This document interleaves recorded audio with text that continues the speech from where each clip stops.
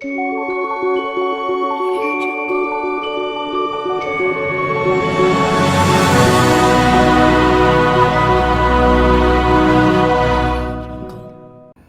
어떤 최초의 발견자 이름을 따서 그거를 이제 학명으로 또 병명을 만들어내기도 하는데, 이제 그 중에 많은 것 중에 우리가 이제 다중성격이라고 있어요. 다중성격, 뭐 이중성격, 뭐 이랬다 저랬다 한다.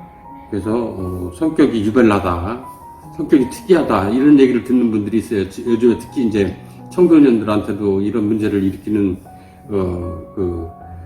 현실인데,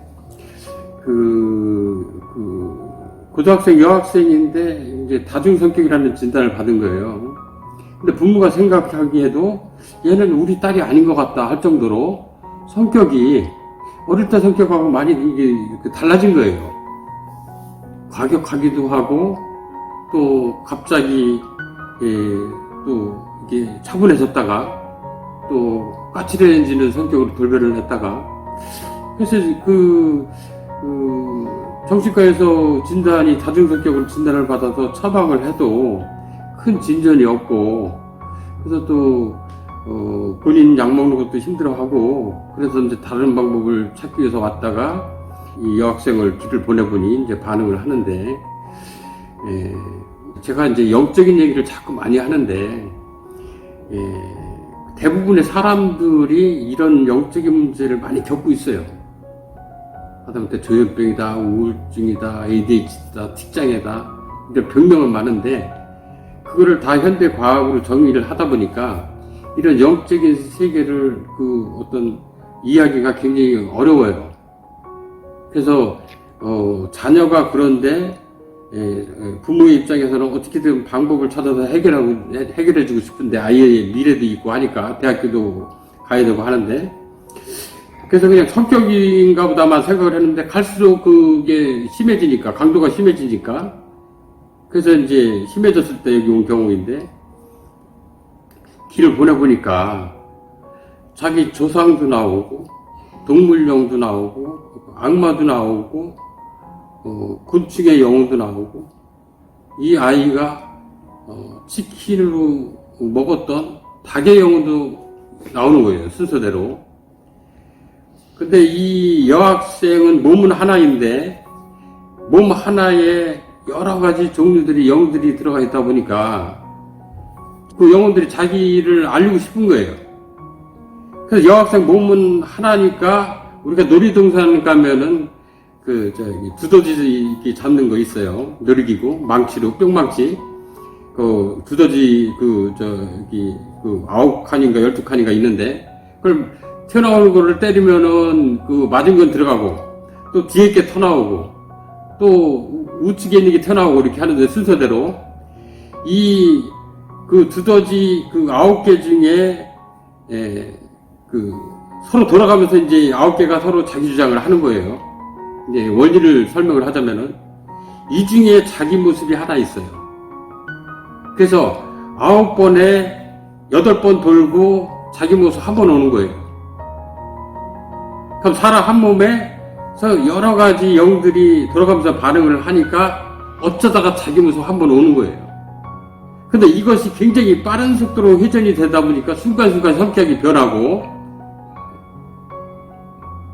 심리적으로 말하는 거, 태도, 눈빛, 이렇게 순간순간 변하는데, 그 중에 자기 한 번 모습을 오는 건데, 자기도 모르게 이렇게 성격이 변하는 거예요.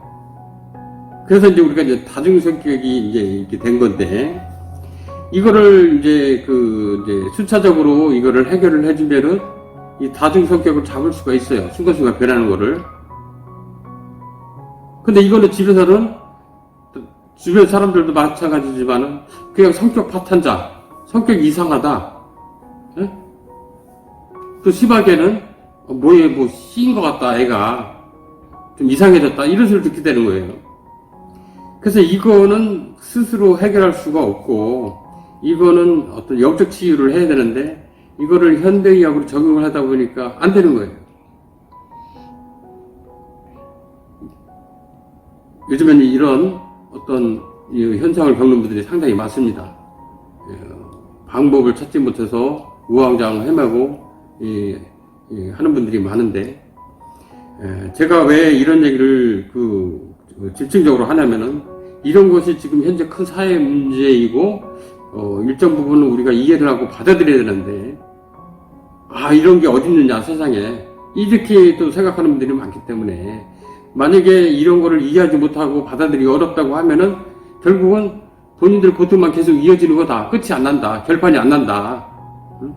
한번 이 세상에 태어나서 멋지고 보람되고 건강하고 아름답게 살아야 되는데,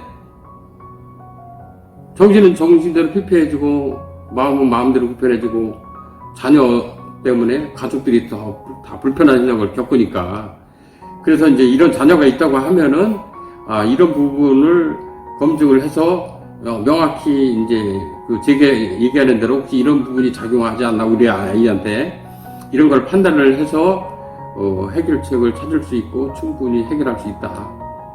그래서 이 문제가 해결을 하면은 앞으로 집안도 더 평화로워지고, 가족이, 딸이 좋아지니까, 자녀가 좋아지니까 집안에 이제 평화가 오는 거예요. 이때부터. 그러니까 자녀들 둔 부모들은, 혹시 자녀 중에 이런 현상을 겪는 분들은 이런 부분을 한번 생각해 보는 것도 굉장히 현명하고 지혜로운 생각을 하고,